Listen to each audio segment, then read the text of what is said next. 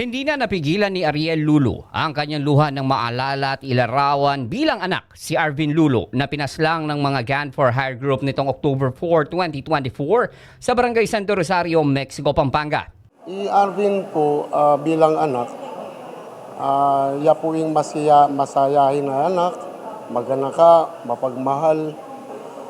Kaya po nang kasakitan yung mawala laki kami. So, hindi awara po kaya kami ng kasakit. Diyos ko. Pero mga man po, continuous kaya po itang kaya ko kaya. Arvin po may garal niya yan, pagaral niya.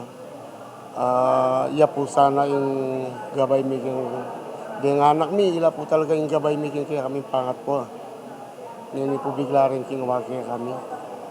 Kaya po ng kasakit. May po masyadong atatanggap pa. Si Arvin ay asawa ni Lerma Lulo o Lerms na magkasamang tinambangan dahil umano sa utang sa mag-asawa ng mastermind sa krimen na lumalabas na ngayon na umaabot na sa 27 million pesos. Hindi pa rin umano matanggap ng mga magulang ni Arvin ang nangyari sa mga biktima dahil hindi nila lubos maisip na may gagawa ng karumal-dumal na krimen sa mag-asawang Arvin at Lerms.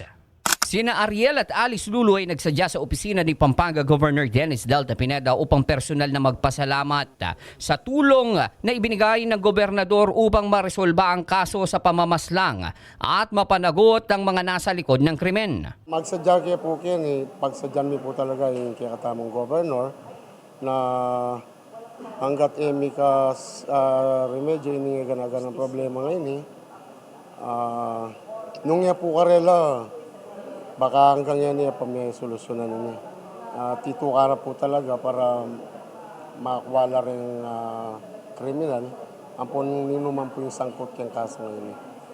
Karang kaya kami ng anak. Nitong Martes, iniharap sa media ng Police Regional Office 3 ang mga suspect sa likod ng malagim na pananambang sa mag-asawa at inihayag ang motibo sa krimen. Nangako naman ng tulong si Pampanga Governor Dennis Delta Pineda sa mga magulang nina Lerms at Arvin upang makabangon muli ang mga ito mula sa mapait na sinapit ng kanilang pamilya. Nangako rin si Pineda na tututukan ang pagsugpo sa mga Gun for Hire group. First, yung mga Gun for Hire, talagang maybe I have a meeting with our new secretary of DILG, our new regional director and our provincial director. Talagang tutukan po natin yung mga Gun for Hire. The problem is, hindi man ho nanggagaling dito sa probinsya natin, nanggagaling sa ibang probinsya. Pero I think it's time na para labanan itong mga Gun for Hire na to. Kasama mo sa pagbabalita, Jos Salazar ng 103.1 Newsline Central Luzon. Kasama ka, ikaw ang bida.